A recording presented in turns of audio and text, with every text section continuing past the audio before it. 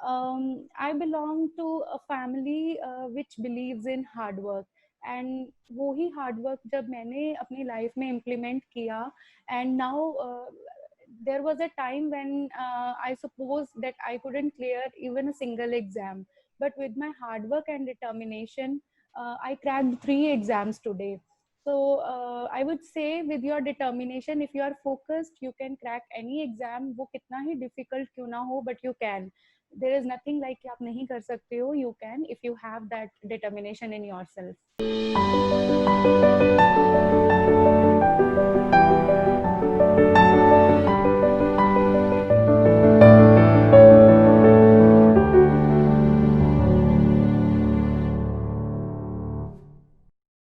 Hi everyone, welcome to Chamomile TV Toppers, an initiative by an academy. SBI India का सबसे बड़ा public sector का bank माना जाता है और इस बैंक से जुड़ना बहुत ही प्राइड की बात मानी जाती है। हर साल बहुत सारे स्टूडेंट इसके लिए अप्लाई करते हैं, बट उनमें से कुछ टॉप परसेंट के स्टूडेंट ही क्वालिफाई कर पाते हैं। आज हमारे साथ ऐसे ही एक टॉपर हैं जिन्होंने SBI PO के एग्जाम को क्लियर किया है। आज हम इनसे समझेंगे, जानेंगे उनके इस एग्जाम को क्रैक करने के लिए उन्होंने ऐसी कौन सी स्ट्रेटजी अपनाई थी जिससे कि उन्होंने इस एग्जाम को सक्सेसफुली क्रैक किया।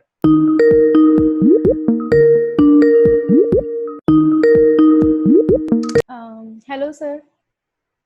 हाय Sandeep, welcome to this Camwal TV topper. Thank you, कैसे sir. हो आप? Sir, I am absolutely fine. How about you? I am also good.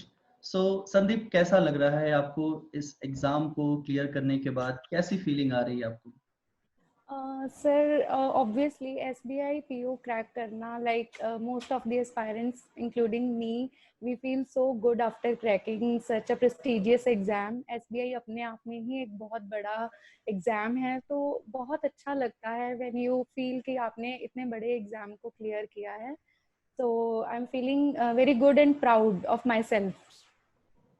Okay Sandeep, आप हमारे इस प्लेटफॉर्म से जुड़ चुके हो तो आपसे बहुत सारी बातें करनी है हमें अगले Yes, sir. कुछ मिनट्स में। तो सारी बातों को शुरू करने से पहले मैं चाहूंगा कि आप अपना एक ब्रीफ इंट्रोडक्शन हमारे व्यूअर्स को दें, सो दैट कि वो आपको जान पाए, आपको समझ पाए। My name is Sandeep Korvit, and I have cracked 3 exams just in a year. So I have cracked SBI PO 2019, IBPS PO Mains 2019, and Central Warehousing Corporation Superintendent exam. I belong to a family which believes in hard work. And वो ही hard work जब मैंने अपनी life में implement किया, and now there was a time when I suppose that I couldn't clear even a single exam. But with my hard work and determination, I cracked 3 exams today. So I would say with your determination, if you are focused, you can crack any exam. वो कितना ही difficult क्यों ना हो, but you can. There is nothing like कि आप नहीं कर सकते हो. You can if you have that determination in yourself. Right right, exactly, well said. So Sandeep, आपके बारे में इंट्रो हो गया। अभी जिस एग्जाम के बारे में हम लोग डिस्कस करने वाले हैं, Yes, sir. ये इस एग्जाम के बारे में मैं चाहूंगा कि आप हमारे व्यूवर्स को बताएं कि कितने लेवल्स के एग्जाम होते हैं और उन लेवल्स के लिए आपकी क्या डिफरेंट डिफरेंट स्ट्रेटजीज रही। मैं चाहूंगा कि आप हमारे व्यूवर्स के साथ ये शेयर करें। सर, फर्स्ट ऑफ ऑल अगर हम एसबीआई की ही बात करते हैं तो SBI and IBPS they have similar patterns, like सबसे पहले प्रीलिम्स एग्जाम होगा, then mains and then interview round. तो इसमें ऐसा कुछ डिफरेंस नहीं है, लेकिन एसबीआई अपना एग्जाम खुद ही कंडक्ट करवाता है, right, as compare to IBPS. तो आईबीपीएस जो है उसके अंदर बाकी के जो पब्लिक सेक्टर बैंक्स हैं उनके लिए वो एग्जाम कॉमन रहता है. तो the difference is like SBI का जो एग्जाम है वो थोड़ा सा डिफिकल्ट माना जाता है as compare to SBI. It is said कि ये ट्रेंड सेटर है, तो इनका एग्जाम पहले होता है जनरली, तो जो भी चेंजेस आते हैं वो यूजुअली आईबीपीएस भी फॉलो करता है समटाइम्स. तो वी कैन से कि एसबीआई की अगर आपकी प्रेपरेशन अच्छी हो जाती है तो आपके अंदर वो कॉन्फिडेंस आ जाता है कि आप आईबीपीएस पीओ के लिए अपियर करने के लिए you are confident. So SBI and IBPS both have like prelim stage, which is the first stage, तो प्रीलिम्स में आपके 3 सेक्शन होंगे। The first one is quants, reasoning and then English. तो ये प्रीलिम्स का एग्जाम कुछ ज़्यादा डिफिकल्ट नहीं होता, बहुत सिंपल चीज़ें आती हैं इसमें। और अगर किसी की अच्छी प्रेपरेशन है, स्पेशली स्पीड अच्छी होगी, तो वो इजीली क्रैक कर सकते हैं प्रीलिम्स को। After prelims is the mains exam. Mains में एक और सेक्शन आता है जिसे हम जनरल अवेयरनेस बोलते हैं। तो जनरल अवेयरनेस मीन्स जो आपके करंट जीके है, स्टैटिक है, बैंकिंग, फाइनेंशियल जो भी है, वो सारा उसमें आपसे पूछा जाता है। तो ये एक एक्स्ट्रा सेक्शन है जो मेंस में पूछते हैं। एक और चीज है मेंस में, वो है डिस्क्रिप्टिव टेस्ट। डिस्क्रिप्टिव में वो 30 मिनट्स का आपका एक टेस्ट होगा जिसमें आपको एक लेटर और ऐसे लिखने को आपको टाइम मिलता है 30 मिनट्स का यूजुअली। तो उसमें आपको एक लेटर एंड ऐसे लिखना होता है। एंड फाइनली उसके बाद जो इंटरव्यू राउंड है वो भी थोड़ा सा डिफरेंट है। एसबीआई के केस में आपका सिर्फ पर्सनल इंटरव्यू नहीं होता, उसके साथ आपका ग्रुप डिस्कशन भी होता है। So that thing is different. Whereas in IBPS, you have only the personal interview round. So this is a kind of pattern that they follow. Okay, so काफी इसको हम कह सकते हैं कि इसमें मल्टीपल स्टेज है।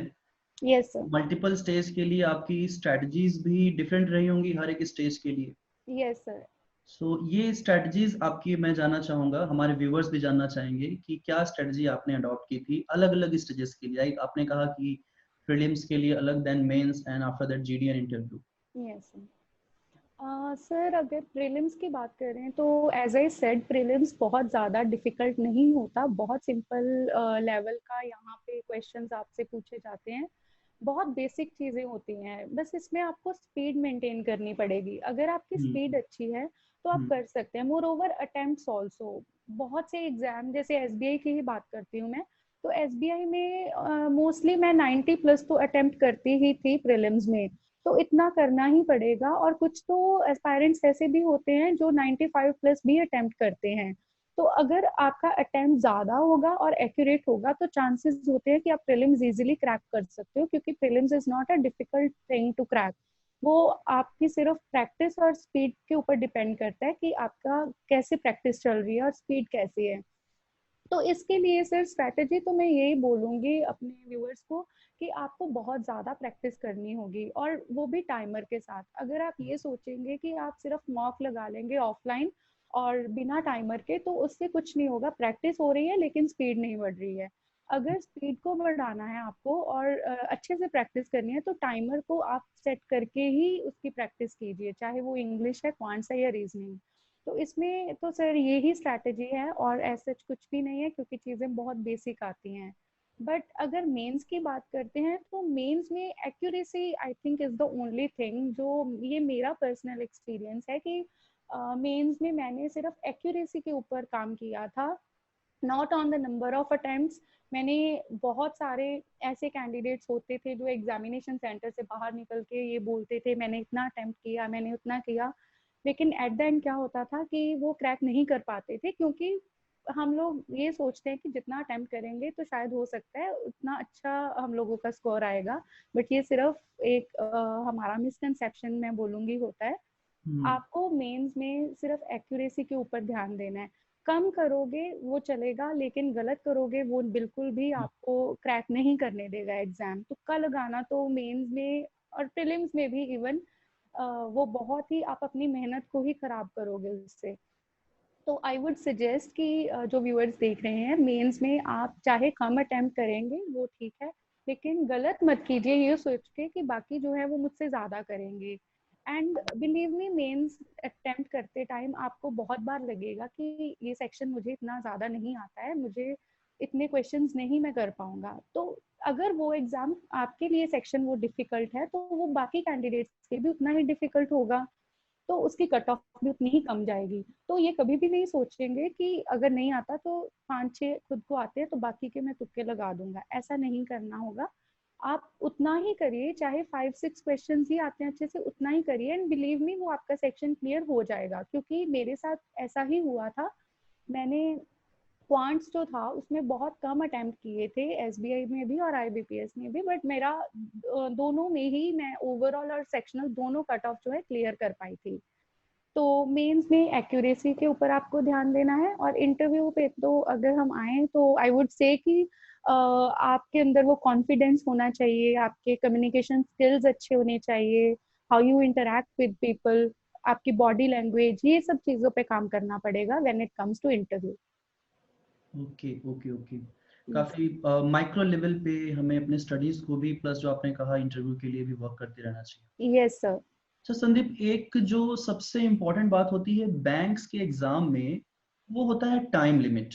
जो यस। टाइम लिमिटेशन है उससे कैसे मैनेज करें, आपने कैसे एग्जाम्स के लिए अपने टाइम को मैनेज किया, क्या स्ट्रेटजी थी आपकी?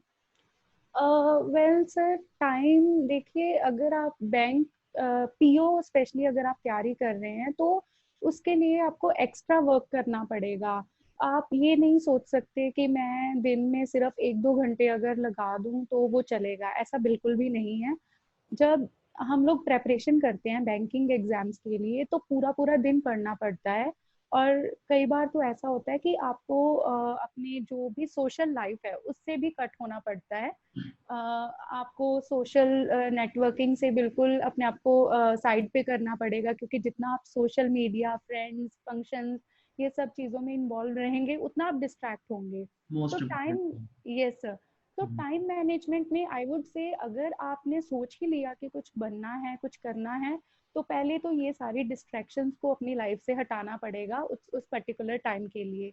द सेकेंड थिंग इज कि जब आप पढ़ते हैं तो बिल्कुल फोकस्ड होके पढ़ना होगा, अपना फोन या बाकी सब चीजें साइड में रख के पढ़ना होगा, फिर आपको पूरा ध्यान अपनी स्टडीज पे ही देना है। ये भी नहीं है कि आपको बुक वॉर्म बनना है, आप पूरा दिन बस पढ़ रहे हो लेकिन आपके माइंड में कुछ भी नहीं जा रहा, ऐसा भी नहीं होना चाहिए। आई वुड सजेस्ट कि आपको शॉर्ट ब्रेक्स लेनी है। से अगर आपने 1-1.5 घंटा लगा लिया ऑलरेडी, तो उसके बाद 15 to 20 मिनट्स का ब्रेक इज अ मस्ट, वो भी जरूरी है। आप सारा दिन पढ़ोगे तो एग्जॉस्ट हो जाओगे, आपकी कंसंट्रेशन नहीं बन पाएगी। लेकिन अगर आप थोड़ी थोड़ी बीच में से ब्रेक्स लेंगे तो आपका माइंड फ्रेश होगा, आप फिर से दोबारा पढ़ने के लिए रेडी हो जाते हैं। तो पढ़ना है, पूरा टाइम आपको देना है, डे का यूटिलाइज करना है टाइम को, लेकिन ऐसे यूटिलाइज करना है कि आप फ्रेश भी रहें, आपके लिए वो जो मटेरियल आप पढ़ रहे हैं वो इंटरेस्टिंग भी रहे, बोर भी नहीं होंगे, और आपका टाइम भी अच्छे से यूटिलाइज हो रहा है। तो सर टाइम मैनेजमेंट तो यही है कि टाइम को डिवाइड करिए सेक्शन वाइज। जो सेक्शन आपका सपोज अच्छा है, लाइक रीजनिंग अच्छी होती है मोस्टली सभी की, तो रीजनिंग को सिर्फ प्रैक्टिस कीजिए, उसके ऊपर ज्यादा टाइम मत लगाइए। लेकिन जो सेक्शन आपका वीक है, से क्वांट्स अगर किसी का वीक है, तो उसके ऊपर ज्यादा ध्यान दीजिए। उसके जो चैप्टर्स हैं, लाइक जो अर्थमेटिक वाले होते हैं, उसमें बहुत प्रॉब्लम्स आती हैं, मुझे भी आती थी, तो मैं उनके ऊपर ज्यादा ध्यान देती थी as compare to the simpler subjects, क्योंकि प्रीलिम्स में चल जाता है आप अगर सिंप्लीफिकेशन और ये सब प्रिपेयर करके जा रहे हो, but when it comes to mains, mains के लिए बहुत छोटी छोटी चीजों के ऊपर ध्यान देना पड़ता है। तो ये स्ट्रैटेजी एक तो आप फॉलो कीजिए, एंड टाइम अगर निकालना है तो जीके के लिए जरूर निकालिए, ये सोच के नहीं कि प्रीलिम्स के बाद करेंगे। डेली डेली जीके करनी पड़ेगी, उसके लिए आपको चाहे 2 घंटे निकालिए, डे के निकालने ही हैं आपको। जिस दिन मेरा सिलेक्शन हुआ, मुझे याद है मेरी आंखों में आंसू थे। एक के बाद एक जब मेरे एग्जाम क्लियर होते गए, मुझे एहसास हुआ कि ये एक स्मार्ट प्रिपरेशन का खेल है। मेरे 6 साल के टीचिंग एक्सपीरियंस से मैं ये कॉन्फिडेंटली कह सकता हूँ कि मेरे कोर्सेज से आप जनरल अवेयरनेस में 90% तक स्कोर कर सकते हैं। मैं हूँ Kapil Katpal, subscribe to Unacademy plus. अच्छा, आपने एक वर्ड यूज किया कि बुक वर्म बनने की जरूरत नहीं है। हाँ, यस। आप अगर दिन में पढ़ाई कर रहे हो तो मैं देखता हूँ कि किसी भी तरीके की अगर हम गवर्नमेंट एग्जाम की प्रिपरेशन कर रहे हैं, स्पेशली अगर उसे क्रैक करना है, तो कहा जाता है कि आपको 10 घंटे, 12 घंटे, 15 घंटे आपने अगर पढ़ाई नहीं की तो फिर भूल जाओ कि एग्जाम क्रैक होने वाला है। Yes sir. क्या इसे हम ये मिथ मान के चलें, या फिर क्या ये सच में रियली में एग्जिस्ट करता है? सर जो भी मैं यहाँ बता रही हूँ ये मेरा खुद का personal experience I am sharing with you. हो सकता है बहुत से लोग बनते भी होंगे बुक वॉर्म, 10 से 12 घंटे पढ़ना, आई नो चाहिए, इतना टाइम चाहिए, बट माय ओपिनियन इज कि इतना ज्यादा बुक वॉर्म मीन्स कि आपको ये नहीं है कि आपने रूम में खुद को लॉक कर लिया है, आप कुछ खा ही नहीं रहे हैं, कुछ पी नहीं रहे हैं, थोड़ा सा तो आपको अगर कुछ खाओ पियोगे, आई बिलीव, तो ही आप में वो एनर्जी आती है पढ़ने के लिए। एग्जैक्टली। तो अगर आप थोड़ा सा अपने आप को भी अपने ऊपर भी ध्यान देना है, अपने डाइट के ऊपर, अपने नींद ठीक से लेनी है। मैंने बहुत से कैंडिडेट्स को ऐसे भी देखा है जो रात को सोते ही नहीं है, बहुत पढ़ते हैं और वो अपना रेस्ट नहीं हो पाता उनका, तो उससे तो आपका माइंड और भी एग्जॉस्ट होता है। रेस्ट तो चाहिए ही आपकी बॉडी को, आपके माइंड को, तभी आप आगे और अच्छे से पढ़ सकते हैं। तो माय ओपिनियन इज कि पढ़ना है, लेकिन फ्रीक्वेंट ब्रेक्स भी इम्पोर्टेंट हैं।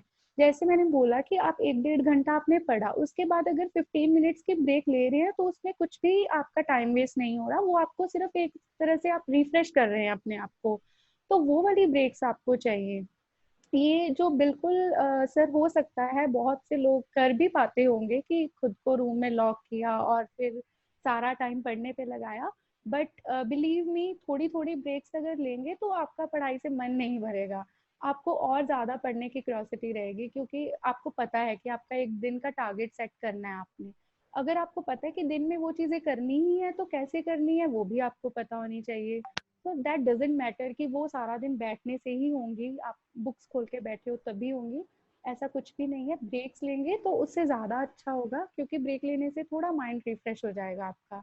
और अ, खाना पीना तो आई थिंक ये तो साइमल्टेनियसली चलना चाहिए, तो उस पर तो कोई भी डाउट नहीं होना चाहिए। ओके, सो काफी अच्छी बात बताई आपने संदीप। yes, मैं एक और जो आज की डेट में एक ऐसा क्वेश्चन जो है राइज हो रहा है कि कोई भी गवर्नमेंट एग्जाम अगर आपको क्रैक करना है, अगर आप उसे क्वालिफाई करना चाहते हैं, तो एक एक लंबे समय से ये ट्रेंड बना हुआ है कि आपको शहर में जाना पड़ेगा, आपको आपको गांव में वो रिसोर्सेज नहीं मिल सकते, या अगर आप किसी टाउन एरिया में रहते हो।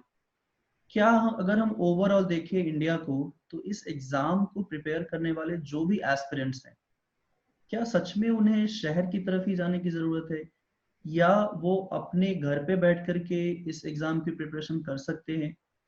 कहने का मतलब ये है कि क्या आपको कोचिंग सेंटर ज्वाइन करना जरूरी है, या फिर आप सेल्फ स्टडी से भी इस एग्जाम को क्लियर कर सकते हैं? yes sir, that's a good question actually. I believe कि ऐसा तो नहीं है कि आपको पर्टिकुलर सिटी में ही जाना पड़ेगा इन एग्जाम्स को क्रैक करने के लिए। ये तो एक मिसकंसेप्शन ही है आई वुड से, क्योंकि बैंकिंग एग्जाम्स हो या कोई भी और गवर्नमेंट एग्जाम्स, उसमें कोचिंग से ज्यादा जो जो चीज मैटर करती है वो खुद की प्रैक्टिस करती है। कोचिंग सेंटर पे जाना, आई वुड से कि आप नहीं, आपको नीड नहीं है उस चीज की, जाना पड़ता है आपको। कोचिंग सेंटर में जाके एक थोड़ा बेसिक आइडिया मिलता है, जो बिल्कुल जिनके लिए ये चीजें नहीं है, या जिनकी फैमिली में ये चीज पहले किसी ने नहीं ऐसा एग्जाम दिया था, तो उनको एक गाइडेंस मिलता है कोचिंग सेंटर से। उनको ये बताया जाता है कि क्या सिलेबस है, कैसे आपने इसको करना है, लेकिन वो सिर्फ एक आइडिया दे सकते हैं आपको, आपको बताएंगे, आपको रीजनिंग पॉइंट्स क्या है, उसमें क्या चल रहा है वो बता सकते हैं, लेकिन उसकी प्रेपरेशन करना, प्रैक्टिस करना, वो सारा आप खुद के ऊपर ही होगा। वो ऐसा नहीं है कि वो सिर्फ कोचिंग सेंटर जाने से ही आप कर सकते हैं क्रैक, उसके लिए प्रैक्टिस तो खुद को ही करनी पड़ेगी। And believe me, self study से अच्छी और कोई भी चीज नहीं है अगर आपको एग्जाम क्रैक करना है। And as far as this question is concern कि किसी टाउन या विलेज के जो हैं कैंडिडेट्स वो नहीं कर पाते हैं, ऐसा भी कुछ नहीं है। अगर आपके पास अच्छे रिसोर्सेज हैं तो ये चीज मैटर नहीं करती है कि आप कहाँ से पढ़ रहे हो, कहाँ बैठ के पढ़ रहे हो। अगर आपके पास वो रिसोर्सेज हैं जो आपको प्रेपरेशन के लिए चाहिए, तो आप कहीं से भी अपनी तैयारी कर सकते हैं, चाहे वो सिटी में बैठ के है या टाउन में या विलेज में। लेकिन आपके पास वो रिसोर्सेज होने चाहिए। लाइक आजकल हम ऑनलाइन बहुत सी चीज़ें करते हैं, तो आपके पास अगर इंटरनेट अच्छा लगा हुआ है, आपके पास बुक्स हैं जो रेलिवेंट बुक्स हैं, तो ये सारी चीज़ें हैं, तो आपको कोचिंग सेंटर जाने की भी कोई नीड नहीं रहेगी। So initially you can feel the need of coaching centers, but later on when you know that this is the pattern and this we have to prepare, then you can do it at home itself. Okay Sandeep, एक और question रहेगा इसी resource से related, जो अभी आपने बात की। Yes sir. रिसोर्स रिसोर्स कह सकते हैं कि बुक्स हो सकते हैं, या फिर आजकल जो नया ट्रेंड सेट हो रहा है कि ऑनलाइन एजुकेशन। Yes sir. आपके according which one is most better अगर आज के डेट में हम देखें? सर मेरे according both are better, but online में आपको एक ये है कि सपोज मॉक ही देना है आपने ऑनलाइन, तो वो आपका बिल्कुल टाइमर चलेगा साइड पे, टाइमर के साथ होगा आपका मॉक, तो आपको ये पता चलेगा कि हमने इतने टाइम में इसको फिनिश करना है। प्लस आपके साथ साथ बहुत से और कैंडिडेट्स हैं जिन्होंने वो मॉक अटेम्प्ट किया होगा या कर रहे होंगे, तो आपका कंपटीशन भी बढ़ेगा उससे। उससे आपको ये पता चलेगा कि बाकी सबके लेवल में मेरी प्रेपरेशन कैसी चल रही है, मैं कहाँ पे स्टैंड कर रहा हूँ। तो ऑनलाइन में ये बेनिफिट आपको मिलेगा। और अगर ऑनलाइन में आपके पास ऑप्शंस भी रहती हैं काफ़ी, तो उनको आप अच्छे से यूटिलाइज कर सकते हैं। बट ऑफलाइन में क्या है, अगर आप बुक से मॉक करते हैं तो खुद से टाइमर सेट करेंगे, कंपटीशन नहीं होगा आपका, खुद ही आपने किया, खुद को ही जज कर रहे हैं। So this is the difference. तो अगर थोड़ा कंपटीशन लेवल पे जाना है तो ऑनलाइन इज बेटर, लेकिन अगर सिर्फ प्रैक्टिस करनी है बिगिनर्स के लिए, ऑफलाइन से शुरू करना वुड बी बेनिफिशियल। क्योंकि अगर बिगिनर्स बिल्कुल अभी तैयारी स्टार्ट की है और ऑनलाइन करेंगे तो मार्क्स कई बार अच्छे नहीं भी आते मार्क्स में, तो वो मोटिवेट हो जाते हैं। तो उनके ऑफलाइन से स्टार्ट करना is a good option. Okay, तो काफी अच्छी बात आपने बताई। लेकिन एक चीज संदीप यहाँ पे ये जानना चाहेंगे, स्टडी एक तरफ है और उस स्टडी को करने के लिए हमें कुछ इंटरनल मोटिवेशन की भी जरूरत पड़ती है।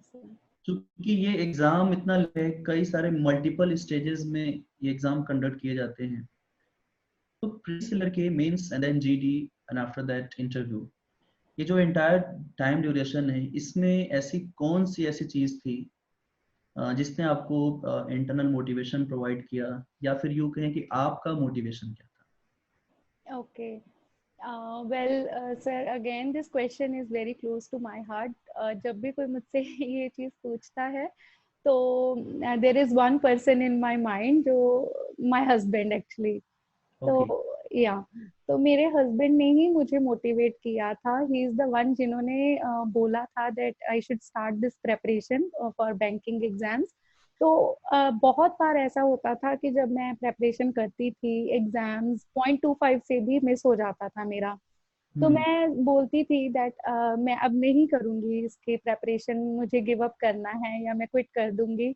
तो बहुत बार ऐसा हुआ था मेरे साथ, बट माय हस्बैंड, उन्होंने हमेशा मुझे मोटिवेट किया।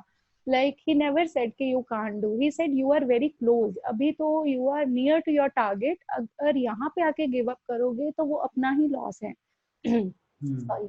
तो इतनी प्रेपरेशन होने के बाद उन्हें ये लगता था कि अगर आप 0.25 से पीछे रह रहे हो तो it means you are almost there, अभी अगर यहाँ क्विट कर दोगे तो उसका कोई फायदा नहीं होने वाला, आपकी सारी मेहनत बेकार जा सकती है। तो he is the one who motivated me. तो उनका बहुत इसमें एक क्रेडिट आई वुड से कि है कि उन्होंने मुझे मोटिवेट किया। चाहे वो इंटरव्यू राउंड था, मेंस था। मेंस मेरे लिए हमेशा एक फोबिया था, मुझे लगता था कि मेंस क्रैक करना मेरे बस की बात नहीं है। लेकिन वो मुझे बताते थे कि ये सारी स्ट्रैटेजीज की बिल्कुल भी तुक्के नहीं लगाने हैं, या आपको बहुत एक्यूरेट आंसर्स वहां पे देने हैं, कम करो लेकिन सही करो, वो हमेशा ये बोलते थे। तो मोटिवेशन मुझे मेरे हस्बैंड से मिला हमेशा, and I am very much thankful to him for this. बिल्कुल, जिस तरीके से देखा जाए जो हमारी सोसाइटी है, अगर विमेंस के पार्टिसिपेशन की हम बात करते हैं, अगर उनकी शादी हो जाती है आफ्टर मैरिज, क्योंकि वो दूसरे घर में होते हैं, तो हस्बैंड की रिस्पॉन्सिबिलिटी काफी, अगर पॉजिटिव वे मिले तो लाइफ आगे जा सकते हो। Yes, sir. बहुत सारे ऐसे स्टूडेंट होते हैं जो बैचलर लाइफ में रह के प्रिपरेशन करते हैं, और बहुत सारे स्टूडेंट आपकी तरह होते हैं जिनकी शादी हो चुकी होती है, फिर बड़ा मुश्किल होता है अपने स्टडीज को कर पाना, फिर बीच में families, responsibilities, lots Yes. Of things Yes. के बीच में कैसे अगर हम एक ऐसे एस्पिरेंट के लिए बात करें कि जो इस एग्जाम की प्रिपरेशन करना चाहते हैं, but due to these reasons की रिस्पॉन्सिबिलिटीज बहुत सारी हैं, तो Yes. कैसे वो प्रिपरेशन के ऊपर फोकस करें और बाकी रिस्पॉन्सिबिलिटीज के बीच में बैलेंस बनाएं? यस सर, ये बात बिल्कुल आपने सही बोला कि जो मैरिड होते हैं उनके लिए प्रेपरेशन करना और भी चैलेंजिंग हो जाता है, क्योंकि तब आपके पास दो फैमिलीज होती हैं। पहली बात तो जिनकी रिस्पॉन्सिबिलिटीज होती हैं आपके ऊपर। और बहुत से लोगों का प्रेशर भी रहता है कि अभी तो शादी हो गई है तो इन चीज़ों की क्या ज़रूरत है, हस्बैंड इज अर्निंग, वो काम कर रहे हैं, तो इसको क्यों करवाना। तो ऐसे बहुत चीज़ें हुई थी मेरे टाइम पे भी, लेकिन thanks to both my families and my husband, वो काफ़ी सपोर्टिव थे। उनको कभी भी ये चीज़ नहीं लगी थी कि मैं नहीं कर सकती या मुझे नहीं करना चाहिए। एंड जितनी भी लड़कियां जो आफ्टर मैरिज स्टार्ट करना चाहती हैं प्रेपरेशन, तो आई वुड से कि अगर आपके हस्बैंड, आपकी फैमिलीज आपको सपोर्ट कर रही हैं तो उस चीज़ को आप, उस एडवांटेज को आप यूटिलाइज करो। बहुत रेयर होता है कि आपके हस्बैंड या आपकी जो इन लॉ फैमिली है वो आपको इस चीज़ के लिए पुश करे। तो मेरे साथ ऐसा था कि मुझे दोनों फैमिली से सपोर्ट मिला, तो वो मेरे लिए एक प्लस पॉइंट था। तो ऐसा होता था बहुत बार जब बहुत ऐसे फैमिली फंक्शंस होते थे जहाँ पे मेरा जाना बहुत ही इम्पोर्टेंट था, but I always missed it, मुझे मिस करने पड़ते थे। और मुझे सपोर्ट भी करते थे मेरे हस्बैंड कि ये सब बाद में होता रहेगा, पहले आपको अपनी स्टडी के ऊपर फोकस करना है। तो अगर आपको कभी मौका मिलता है, to all those girls and even boys जो मैरिड हैं, रिस्पॉन्सिबिलिटीज आ जाती हैं, अगर आपको करना है और अगर आपकी फैमिली सपोर्टिव है, आपका जो आपके हस्बैंड और वाइफ अगर आपको सपोर्ट कर रहे हैं, then you should go for it. ये मौका बहुत कम मिलता है और बहुत कम आपको लोग देते हैं ये मौका। तो रिस्पॉन्सिबिलिटीज होती हैं नो डाउट, लेकिन सब हो जाता है मैनेज अगर आप चाहते हैं तो ये आपके ऊपर ही है हाउ टू मैनेज, बट हो जाएगा। अगर कोई करना चाहे तो होना चाहिए, आपका डिटर्मिनेशन होना चाहिए, एवरीथिंग इज पॉसिबल। आपने थोड़ी देर पहले कहा था कि आपको ऐसा बार बार लग रहा था कि आप मेंस क्लियर नहीं कर पाओगे। यस। मतलब प्रीलिम्स का जो देखें अगर क्राइटेरिया, तो एक एवरेज स्टूडेंट ठीक से भी प्रिपेयर अगर कर लेता है तो वो मेंस के लिए क्वालिफाई हो जाता है। बट मेंस के लिए, जो कि आपने कहा काफी टफ माना जाता है, तो इसके लिए क्या स्ट्रेटजीज आपने अपनाई थी, हमारे व्यूवर्स को आप जरूर बताइए। हाँ yes sir, prelims as I said बहुत इजी होता है, बहुत से कैंडिडेट्स कर लेते हैं इसको क्रैक। मेंस मेरे लिए डिफिकल्ट था सबसे ज़्यादा, क्योंकि मुझे लगता था प्रीलिम्स और इंटरव्यू मैं कर सकती हूँ, लेकिन अगर कोई चीज़ हर्डल है मेरी जर्नी में तो वो मेंस ही है। मेंस इसलिए मेरा हमेशा रह जाता था क्योंकि मेरा इनिशियली जब मैंने प्रेपरेशन स्टार्ट की थी तो मेरा जनरल अवेयरनेस सेक्शन बहुत वीक था।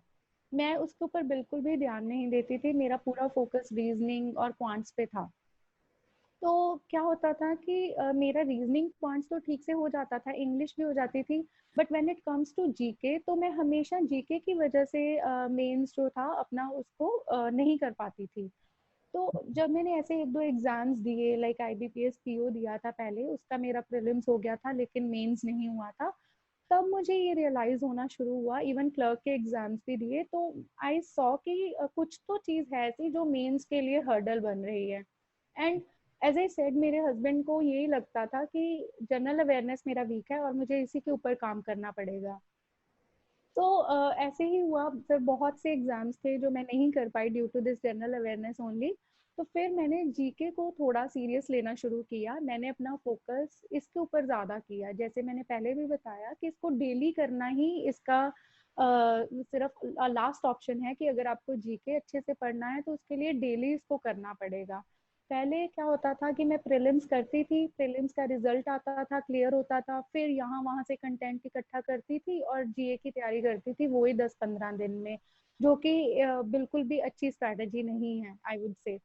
लेकिन फिर जब मैंने देखा कि जीए मेरा वीक है तो मैंने डेली जीके करना स्टार्ट किया, डेली न्यूज़ नोट डाउन की, उसको उनके नोट्स बनाए अलग अलग सेक्शंस में, चाहे वो नेशनल न्यूज़ थे उनको अलग सेक्शन बना के लिखा, स्पोर्ट्स को अलग से, एंटरटेनमेंट न्यूज़ अलग। तो ऐसे मेरे काफ़ी सेक्शंस बनने लगे और मैंने डेट वाइज नोट्स बनाने स्टार्ट किए। ऐसे करने से क्या था, एक तो मेरे हैंड रिटन नोट्स प्रिपेयर हो रहे थे, सेकेंडली मैं उनको कुछ कुछ चीज़ें मेरे दिमाग में जब हम लिखते हैं तो वो आपके माइंड में ज़्यादा देर तक रहती हैं वो चीज़ें। तो ऐसा करने से क्या था, मेरे नोट्स बनने स्टार्ट हो गए। जब भी एग्जाम्स आते थे तो मोस्टली एग्जाम जब आने शुरू होते हैं वो बैक टू बैक आते हैं। तो एक एग्जाम के लिए जब जीए की तो वो वाली चीज़ याद हुई, तो वो ही मैंने दोबारा नोट्स अपने सेकेंड एग्जाम के लिए खोले, उनको दोबारा से रिवाइज किया। तो ऐसा करने से मैंने देखा कि मेरी जीए काफ़ी स्ट्रांग होनी स्टार्ट हो गई। और जब जीए अच्छी होनी शुरू हो गई तो मैंने खुद ये फील किया कि जीए ऐसा सेक्शन था मेंस का जो मेरा सबसे ज़्यादा अच्छा होने लगा था। उसमें मुझे सबसे ज़्यादा कॉन्फिडेंस होता था कि ये सबसे अच्छा गया मेरा सेक्शन, और उसकी वजह से मैंने फिर मेंस जो है वो क्रैक करना स्टार्ट किया। Okay, good. संदीप, एक बड़ा क्वेश्चन है यहाँ पर, हम जानना चाहेंगे आपसे कि how Unacademy helps you in your exam preparation? Okay sir, well I would say कि मेरी प्रेपरेशन जो मैंने ऑनलाइन की थी, तो उसमें जो भी मटेरियल, जो भी कंटेंट मैंने अनअकैडमी से यूज़ किया था वो बहुत ही हेल्पफुल था। वो आपको पहले नहीं पता चलता, लेकिन जब आप एग्ज़ाम देते हैं तो तब यू फील कि हाँ ये चीज़ें मैंने वहाँ से की थी, तो ये जब वो एग्ज़ाम में आती हैं सिमिलर चीज़ें या वही चीज़ें, फिर आप फील करते हैं कि यस, मतलब मेरा वहाँ से कुछ भी कंटेंट यूज करना या उस रिसोर्स को पर्टिकुलर को यूज करना वाज अ गुड डिसीजन। तो एज आई सेड, अनअकैडमी से मैंने जो कंटेंट यूज किया था वो जब मैंने अपने एग्जाम्स में देखा that similar things are coming, वो जो प्रैक्टिस मैंने वहाँ से की थी वो मेरे लिए यूजफुल हो रही है, देन यू फील कि ओके, ये वाला प्लेटफॉर्म जो है this is very good, and I would recommend others also कि प्लेटफॉर्म चाहे आप एक भी फॉलो कर लेंगे या दो कर लेंगे, लेकिन उनसे जो कंटेंट आप कर रहे हो उसको अच्छे से यूज करो। और उसी को, ये नहीं है कि बहुत से सोर्सेस से इतना सारा कंटेंट इकट्ठा कर लिया और पढ़ा बिल्कुल भी नहीं गया कुछ भी। फॉलो करो, एक कर लो, दो प्लेटफॉर्म्स फॉलो कर लो, लेकिन उनसे जो कंटेंट मिल रहा है उसको यूटिलाइज करो, और बाद में आपको खुद फील होगा कि यस, इन दोनों प्लेटफॉर्म से किया तो मेरे लिए ये अच्छा था। ओके, बढ़िया। संदीप, ये जानना चाहेंगे आपसे हम लोग कि जो क्वेश्चंस को सॉल्व करने के कुछ डेली टारगेट्स भी क्या आपने रखे थे? जैसे लर्नर्स ये जानना चाहते हैं कि अगर हम इस एग्जाम की प्रिपरेशन कर रहे हैं तो इतने नंबर ऑफ क्वेश्चंस हमें डेली सॉल्व करने चाहिए, या हमें डेली सिर्फ रीडिंग करनी है, या दोनों साथ में लेकर के चलना है, प्रिपरेशन एंड क्वेश्चन सॉल्विंग। इन दोनों के साथ जो बैलेंस बनाने की बात है, आपने कैसे और किस तरीके की स्ट्रेटजी जो थी वो अपनाई? सर, आई वुड से कि अगर प्रेपरेशन कर रहे हैं तो ये वाली चीज, जैसे मैंने बोला कि टारगेट सेट करना तो इज अ गुड थिंग। अगर आपको पता है कि दिन में ये चीजें करनी है तो उसको तो करना ही है, रात होने तक तो करना ही है उसको। अगर नेक्स्ट डे के लिए छोड़ दिया फिर तो वो बस नहीं होगा आपसे। तो इट्स बेटर कि it's set a target and accomplish that target. But when it comes to कि लाइक हमें ये भी करना है, प्रेपरेशन भी करना है और क्वेश्चंस भी अटेम्प्ट करने हैं इतने, तो क्वेश्चंस अगर आप वही आपके प्रेपरेशन का पार्ट बना लेते हो then that would be more beneficial. कई बार हम क्या करते हैं, एक टॉपिक को उठाते हैं, उसी के क्वेश्चन सारा दिन करते रहते हैं, लेकिन हमें ये नहीं पता कि उनमें से कौन से यूजफुल हैं। एग्जैक्टली। स्ट्रैटेजी ऐसी होनी चाहिए कि जो चीजें रेलिवेंट है वो करिए, ना कि सारी की सारी, क्योंकि यहाँ पे हार्डवर्क के साथ साथ स्मार्ट वर्क भी काम करेगा। अगर हम प्रीवियस ईयर्स के पेपर उठाते हैं तो उनसे हमें पता चल जाता है कि ये वाली चीजें आ रही हैं तो मोस्ट प्रोबेबली ये ही आएंगी, और अगर कुछ नया आएगा तो वो सबके लिए ही नया होगा। तो वो वाली चीजें करना वुड बी फाइन, जो आपको लग रहा है कि बहुत रिपीट हो रही हैं या पैटर्न में नई इंट्रोड्यूस की गई हैं, rather than going for all the XYZ things. Sandeep, आपने भी अभी जिक्र किया प्रीवियस ईयर क्वेश्चंस की। Yes sir. क्या इस एग्जाम में भी प्रीवियस ईयर क्वेश्चंस उतने ही रेलेवेंट हैं जैसे कि बाकी एग्जाम्स के लिए माने जाते हैं? Yes sir, I won't say कि क्वेश्चन एज सच रिपीट हो जाते हैं, लेकिन जैसी चीजें आती हैं वैसी ही आएंगी नेक्स्ट टाइम भी। नो डाउट पैटर्न चेंज कर देते हैं, सपोज सेक्शनल टाइमिंग इंट्रोड्यूस कर देंगे या फिर कुछ नई DI या पजल्स ऐड कर देते हैं, लेकिन उसमें पैनिक होने की कोई ज़रूरत ही नहीं है, वो सबके लिए सेम है। But when it comes to previous year papers, like वो आपके लिए एक रेफरेंस बन जाता है कि अगर कुछ ऐसा आया था तो वैसी चीजें नेक्स्ट टाइम भी आएंगी। सपोज अगर हम क्वांट्स की बात करें तो नंबर सीरीज प्रीलिम्स में आती है, चाहे वो रॉन्ग नंबर हो या मिसिंग नंबर सीरीज हो, तो एक आइडिया बन जाता है कि हाँ ये चीज 2-3 साल से आ रही है तो आने के चांसेस तो हैं, तो ये करनी ही है। सिंप्लीफिकेशन आई थी तो वो भी आएगी। तो प्रीवियस ईयर पेपर्स जो हैं वो बिगनर्स को ये चीज के लिए हेल्प करते हैं कि उन्हें एक बेसिक आइडिया पता चल जाएगा कि क्या पैटर्न फॉलो कर रहे हैं बैंकिंग में। ओके, तो संदीप, हम ये जानना चाहेंगे कि इस एग्जाम के लिए आपने कितने डेली टारगेट सेट किए थे मॉक टेस्ट के लिए? Sir when it comes to prelims exam, तो प्रीलिम्स में तो ample number of mock tests I use to write. तो बहुत सारे मुझे मॉक टेस्ट तब तो देने पड़ते थे, चाहे वो ऑफलाइन थे या ऑनलाइन। लाइक एक दिन में 4 से 5 मॉक भी अटेम्प्ट करती थी मैं eight the time of prelims. क्योंकि तब तो आप जितने मॉक करते हैं उतने कम है, उससे एक तो आपकी स्पीड बढ़ती है, एक आप टाइमर के साथ जब कर रहे होते हैं तो आपको पता चलता है कि मैंने सेक्शन कैसे अटेम्प्ट करना है, मेरी स्पीड कहाँ पे है। और कंपटीशन, एज आई सेड, कि ऑनलाइन में आपको बाकी स्टूडेंट्स के साथ कंपैरिजन हो जाएगा कि प्रेपरेशन कैसी चल रही है। But when it comes to mains, mains के टाइम पे मैं मॉक जो थे वो हार्डली एक दिन में एक ही कर पाती थी, क्योंकि एक तो बहुत लेंदी होता है उस टाइम पे मॉक देना।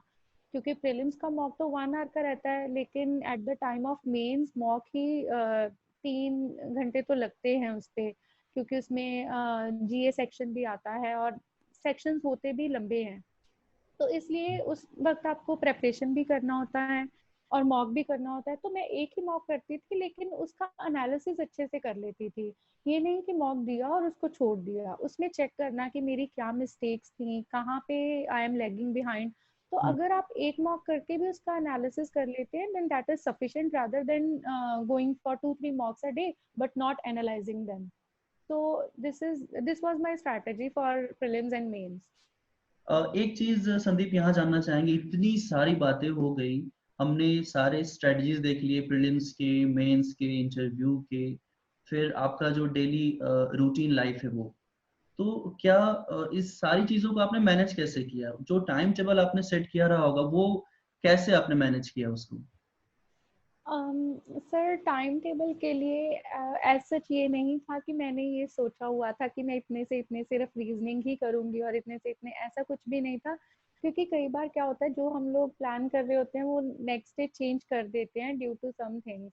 मेरा ये शेड्यूल था कि मुझे मॉर्निंग उठ के पहले जीके करना होता था। तो जीके वाज लाइक कि अगर आप फ्रेश माइंड से करेंगे, मॉर्निंग टाइम करेंगे, तो वो ज्यादा देर तक आपको याद रहेगी। तो जीके पहले 1-1.5 घंटा मुझे मॉर्निंग जीके पे लगाना होता था।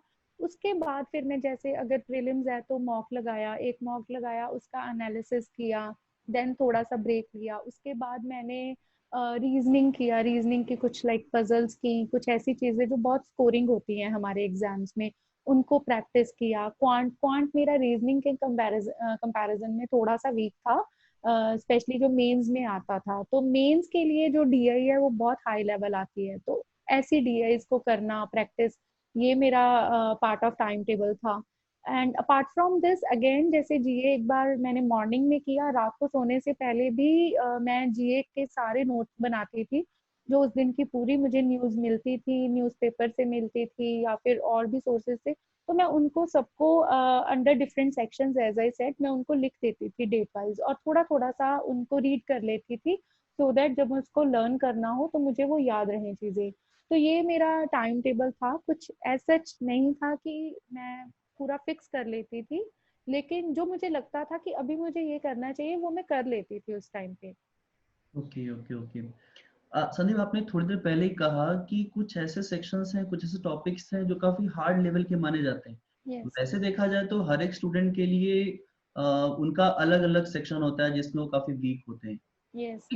कॉमन अगर देखा जाए, एक जनरल अगर ओवरव्यू करें हम सारे सेक्शन वाइज, तो ऐसे कौन से टॉपिक्स आपको लगते हैं जो लर्नर्स के लिए काफी हार्ड हैं, या उन टॉपिक्स के ऊपर स्पेशल कमांड बनाने की जरूरत सर प्रीलिम्स के लिए तो आई थिंक कोई भी हार्ड टॉपिक नहीं होना चाहिए, क्योंकि प्रीलिम्स तो क्रैक ही तब होगा जब आपको पता है कि सारी चीजें इजी होंगी आपके लिए। बट मेंस में होता है, एक तो पैटर्न चेंज हो जाता है मेंस में, एवरी ईयर कुछ नया इंट्रोड्यूस करते हैं। मेंस में रीजनिंग भी थोड़ी हाई लेवल आएगी, उसमें पजल्स हाई लेवल आती हैं, और पॉइंट्स में डीआई बहुत हाई लेवल आजकल आ रही है। तो आई वुड से कि अगर ये वाली चीजें मेरे लिए डिफिकल्ट थी, तो मुझे लगता है वो बाकी एस्पायरेंट्स के लिए भी डिफिकल्ट थी, है? क्योंकि मेंस में almost we are at the same level, right. तो किसी का एक आधा सेक्शन हो सकता है, किसी का स्ट्रांग हो, मेरा कोई और होगा, किसी और का कोई और होगा। हम्म हम्म लेकिन ऐसा होगा कि जो चीजें मुझे डिफिकल्ट लग रही हैं वो कहीं ना कहीं मेजोरिटी को भी लग रही होंगी। तो हम्म ऐसे टाइम पे क्या होता है कि मेंस के लिए अगर कुछ चीजें हार्ड है, एज आई सेड डीआई होगी या पजल्स होंगी, तो उनके ऊपर काम करना पड़ेगा आपको। तो वो चीजें जो हैं वो हार्ड हो सकती हैं, लेकिन when it comes to prelims ये तो हम सोच के चल ही नहीं सकते कि प्रीलिम्स हार्ड आएगा, क्योंकि अगर यही सोच लेंगे तो प्रीलिम्स तो क्रैक ही नहीं हो सकता। और मेंस में भी अगर कुछ हार्ड है तो ठीक है, उसको अगर अटेम्प्ट कर रहे हैं पेपर में तो लास्ट में करेंगे, पहले वो चीजें कर लेते हैं जो हमें आती हैं। तो हार्ड वाली और जो नई इंट्रोड्यूस हुई है उसको लास्ट के लिए अगर रख लेंगे तो उससे भी ठीक रहता है। ये भी सर स्ट्रेटेजी फॉलो कर सकते हैं व्यूअर्स। ओके, तो संदीप इतनी सारी बातें हो गई, प्री की बातें हो गई, मेंस का भी हो गया, आपने हार्ड टॉपिक्स को भी बता दिया कि किन टॉपिक्स के ऊपर लर्नर्स को फोकस करना चाहिए। जब हम इसके लास्ट स्टेज पे आते हैं इस एग्जाम के, तो बचता है जीडी और इंटरव्यू। तो आपके अकॉर्डिंग क्या ऐसी चीजें हैं जो आपको फॉलो करते रहनी चाहिए, क्योंकि इंटरव्यू आप जिस दिन देने जा रहे हो उस दिन ही प्रिपेयर करके तो नहीं जाओगे आप, आपकी एग्जैक्टली। प्रिपरेशन उसके पहले से ही चलती रहनी चाहिए। तो जो इस एग्जाम की प्रिपरेशन कर रहे हैं लर्नर्स, उनके लिए आप क्या सजेशन देना चाहोगे? सर इंटरव्यू राउंड जो है वो उसमें एक तो अगर एसबीआई की मैं बात करती हूँ तो मैंने पहले ही आपको बिगिनिंग में बताया था कि आईबीपीएस से डिफरेंट है, क्योंकि जीडी राउंड भी होगा इसमें।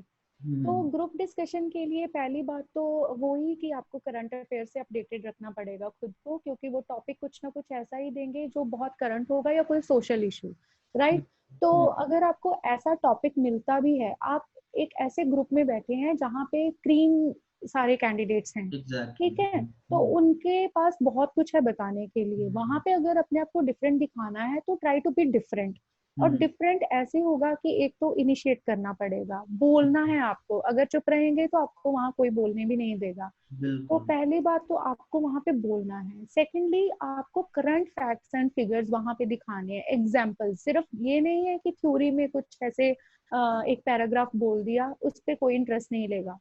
लेकिन अगर वो ही चीज आप कम बोल दो, लेकिन जो करंट फैक्ट्स हैं, फिगर्स हैं, एग्जांपल्स हैं जो आजकल चल रही हैं, न्यूज़पेपर में कुछ आया है, वो चीजें अगर आप वहां पे बताओगे तो वो जो डिस्कशन हो रहा है सब उसको सुनेंगे भी, और आपके आई एम श्योर मार्क्स बाकियों से डेफिनेटली अच्छे लगने वाले हैं, क्योंकि बाकी सब नॉर्मल पॉइंट्स के ऊपर बात कर रहे होंगे, आपने कुछ डिफरेंट बताया, आपने एक एग्जांपल दे दी, उसमें कोई करंट इशू डाल दिया, तो वो उसको एक तरह से डिफरेंट बना देगा। तो जीडी का तो यही स्ट्रैटेजी है। और बोलना है, जितना ज्यादा इंटरेक्ट करेंगे उतना आप उनको नोटिस करवा पाएंगे खुद को। अगर आप बिल्कुल चुप करके बैठे हैं तो बिलीव मी वहां पे बहुत से और कैंडिडेट्स हैं जो बहुत अच्छे से वहां पे अपने आप को रिप्रेजेंट करते हैं। तो खुद को वहां पे आपको रिप्रेजेंट करने के लिए इंटरेक्ट करना पड़ेगा as much as you can.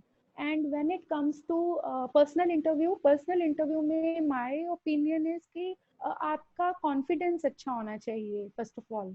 अगर आप कॉन्फिडेंट हैं, आपकी बॉडी लैंग्वेज अच्छी है, माइंड में तो बहुत कुछ होता है हमारे, लेकिन हमें उसको कैसे प्रेजेंट करना है वहाँ वो चीज मैटर करेगी। आप कैसे जब इंटरव्यू के लिए जा रहे हैं, आपका कैसे, मतलब पहले तो आप जो आपके फॉर्मल ड्रेस कोड है उसको फॉलो किया आपने अच्छे से, देन आपने कैसे एंटर किया रूम में, कैसे खुद को वहां प्रेजेंट किया, कैसे कम्युनिकेट कर रहे हैं उनके साथ, आई कांटेक्ट मेंटेन कर रहे हैं, ये बहुत छोटी छोटी बातें हैं। एंड वो इन्हीं चीजों को नोटिस करते हैं। नॉलेज आपके चेक कर ली उन्होंने प्रीलिम्स एंड मेंस में, अब उनको सिर्फ आपका इंटरैक्शन लेवल, आप कैसे इंटरैक्ट करते हैं, आपका कॉन्फिडेंस, ये सब चेक करना है। तो इंटरव्यू के लिए इन चीजों के ऊपर आपको ध्यान देना पड़ेगा। संदीप, हम ये जानना चाहेंगे कि जो मेंस में रीजनिंग और क्वांट्स के लिए आपने क्या ऐसे स्ट्रेटजी जो है अपनाई थी, अगर हम बात करें इस प्रिपरेशन की तो? सर मेंस में रीजनिंग क्वांट्स का जो लेवल है, एज आई सेड, बहुत हाई लेवल आती है रीजनिंग भी और क्वांट भी, राइट। तो अगर रीजनिंग की बात करें तो कुछ टॉपिक्स होते हैं, आई होप जो बैंकिंग की प्रेपरेशन कर रहे हैं उनको पता ही होगा कि लाइक पजल्स तो आएंगी ही आएंगी हाई लेवल। उसके अलावा डायरेक्शन सेंस, ब्लड रिलेशंस, बहुत से ऐसे टॉपिक है जो पर्टिकुलरली मेंस में ही आते हैं, तो उनके ऊपर फोकस करेंगे ड्यूरिंग मेंस। प्रीलिम्स का पार्ट प्रीलिम्स तक रहेगा, लेकिन जब मेंस की बारी आती है तो प्रीवियस ईयर पेपर्स उठाइए, उसमें देखिए कौन से जो टॉपिक्स हैं वो ज्यादा आ रहे हैं, और उनकी बेसिक चीजें नहीं करेंगे, उन टॉपिक्स को हाई लेवल जो उनका अभी कंटेंट होगा उसके ऊपर हम लोग वर्क करेंगे। तो ये तो रीजनिंग और क्वांट्स का हुआ। क्वांट्स में आजकल डीआई बहुत ज्यादा आ रही है, तो डीआई के ऊपर काम करना पड़ेगा।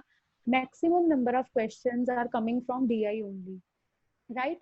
And when it comes to English, English में तो अगर न्यूज़पेपर पढ़ लेंगे तो इंग्लिश भी इम्प्रूव हो जाती है, डेली न्यूज़ भी आपकी प्रिपेयर हो जाएंगी। And try to improve your vocabulary, रोज 2 नए वर्ड्स आप सीख सकते हैं, उनको डेली बोलने की, लिखने की प्रैक्टिस करिए। एंड इंग्लिश के लिए तो आई वुड से कि जितना ज़्यादा आप डेली बोलेंगे, जिनकी इंग्लिश स्पेशली वीक है, तो डेली आप जितना इंग्लिश में कन्वर्स करने की कोशिश करेंगे, उतना आपके लिए वो बेटर होगा। तो यहाँ पे क्वेश्चंस होते हैं and. Now we have a rapid fire round in which we'll ask a question and you will answer as possible as early you can. So अभी हम इसमें कुछ questions आपसे पूछेंगे, आपको उसके आंसर जितनी तेजी से आप दे सकते हैं। Okay, so the first question, what are you most excited about these days? I hope lockdown जल्दी से खुले। Most excited about this thing. सभी के लिए excited है, यही excitement है। Okay, the next one, tea or coffee? Tea. Tea. Yeah. मेरा भी favorite है। Preparation में help करता था मुझे बहुत help करता है, बहुत help करता है। Yeah. Okay, the next question. Did you pick any recent hobby during these quarantine period? Yes, cooking, learning to cook. Everyone doing this. Yeah. Okay, the next question. If you could have coffee with someone from the past, who would it be? She was my teacher, mathematics teacher. I really miss her so. What is the best thing that happens with you in this year? Sir, SBI. This exam. Yes, I joined SBI. This was the most happening thing for this particular year. Yeah. Okay, if you had one superpower only, what would it be? I don't think you need superpowers. You have to generate them. You have to create it in yourself. This is what I believe. That will be your strength. Strength is your superpower. Yes, okay. Yes. Good. Last book you read, anything? Do you remember that name? Yes. It is I Believe I Can Fly. So यहाँ पे इतने सारे questions हो गए संदीप, बहुत अच्छा लगा आपसे बात करके, आपसे interact करके। स्पेशली मैं व्यूअर्स से ये अपील करना चाहूंगा कि इस पूरे कन्वर्सेशन को पूरा देखें, समझे उन बारीकियों को, माइक्रोस्कोपिक जो आपने स्ट्रेटजीज बताई हैं, लर्नर्स को काफ़ी हेल्प करेंगी उसके उनके एग्जाम को प्रिपेयर करने में। स्पेशली जो आपने मेंस वाला सेक्शन बताया मुझे काफ़ी अच्छा लगा, और मैं उम्मीद करता हूँ कि लर्नर्स को भी, व्यूअर्स को भी उससे काफ़ी हेल्प मिलेगी। संदीप, आप हमारे इस प्लेटफॉर्म पर आए, आपने इतनी इम्पोर्टेंट और बहुत ही प्रीशियस आपने जो स्ट्रेटजीज बताई। एक लास्ट आपसे मैं चाहूंगा कि हमारे व्यूअर्स के लिए आप कुछ ऐसा कहें जो उनको मोटिवेशन प्रोवाइड करे, या आपके सजेशन के तौर पर वो उसको लें। First of all I would say जो भी एस्पायरेंट्स हैं बैंकिंग की या किसी भी एग्जाम की आप प्रेपरेशन कर रहे हैं, प्लीज अपना फोकस बना के रखिए, गिव अप कभी मत करिए। आपको फेलियर्स भी देखने पड़ेंगे during this journey, but believe me, failures के बाद जो सक्सेस मिलता है उसका बहुत मजा आने वाला है आपको। तो keep going, keep preparing, preparation में कोई लैप्सेस मत आने दीजिए, पढ़ते रहिए, शेयर कीजिए अपने फ्रेंड्स के साथ अपनी इंफॉर्मेशन को, वो और अच्छे से आपकी प्रेपरेशन में हेल्प करेगा। और जितना हो सके आप प्रैक्टिस कीजिए, बस इसका यही तोड़ है। अगर एग्जाम क्रैक करना है तो प्रैक्टिस मोर एंड मोर, जितना आप कर सकते हैं, सारी डिस्ट्रैक्शंस को साइड पे रख के, एंड बिलीव मी, आप क्रैक करके एक दिन इसी सीट पे बैठे होंगे सर के साथ इंटरव्यू में जहाँ पे आज मैं बैठी हूँ। So this is a very proud moment for me that I am sharing my experiences through this channel to all of you, with all of you, and I hope मेरे experiences आपको help करेंगे। तो इन चीजों से please सीखिए कुछ and keep preparing, all the best. Thank you Sandeep, thank you for coming this channel. Wish you all the best for your coming future. Thank you sir, thanks a lot. चल उठ जा, let's crack it. जोर दे लगा, let's crack it, भीड़ को छोड़ दे, let's crack it, रास्ते मोड़ दे, let's crack